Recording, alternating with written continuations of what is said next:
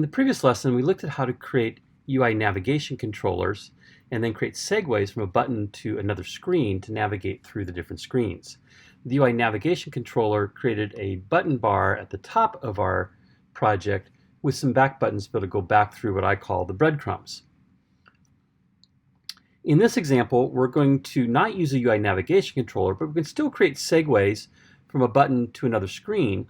And while we could create a segue to go back from a button to the previous screen, that is not the best way to do it because that creates a stack of navigating through those screens over and over, and that eats up more and more memory. What we want to do is use something called an Unwind Segue to go back in the stack and not add additional versions of our screens onto the stack.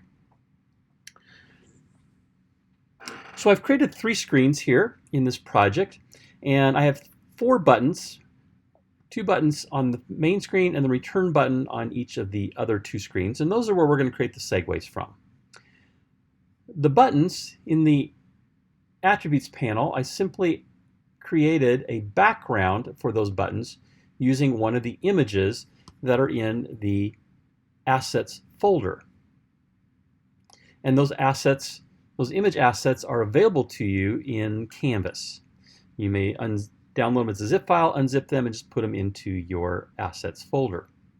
There's also some text there in the assignment in Canvas that you can copy and paste to create these 2 text views, one for the menu and one for the schedule.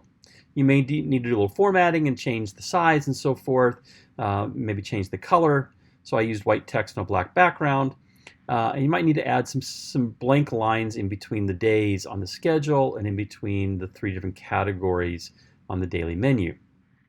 The 2 headers here of daily menu and schedule are also just images. And then same with the logo for the company South Mountain Taco First Responders.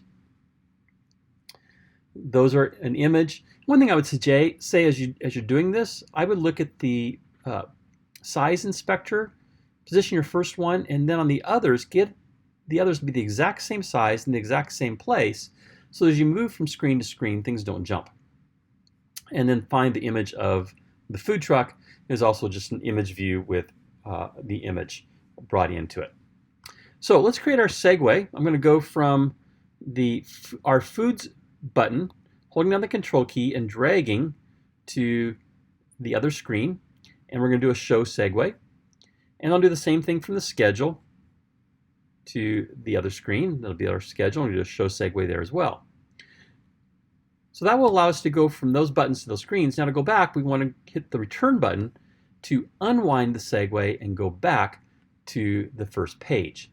And to do that, we're going to go into the view controller, and I'm going to create an IB action. Be a function. I'm just going to call it unwind to title. And you can name anything you want: unwind to title, unwind to main menu, unwind to first screen, however you want to do that. And we're going to do a unwind segue that is going to be of a type UI storyboard segue. I'll add in my curly brackets, and I'm not going to have any body to this code. We're just simply setting up this function, and then I'm going to go back to the storyboard, and all I need to do is take my return button. I'm going to scroll up here. I want to make sure that this view controller is active. I'm going to take the return button, hold down the control key, and I'm going to drag to the exit icon at the top of the view controller. When I do that, I get an action segue, and I can choose that unwind to title as my option. I'm going to do the same thing on this button. Hold down the control key, drag to its exit button, and choose the segue. And I set this up for an iPhone 8 Plus. I'm going to go ahead and run this. I'll launch it into the simulator. And here is the first button to go to our foods. We get the daily menu. I can return, go to the schedule, and click return and go back. That is the simple way to creating an unwind segue to go back into our segue stack.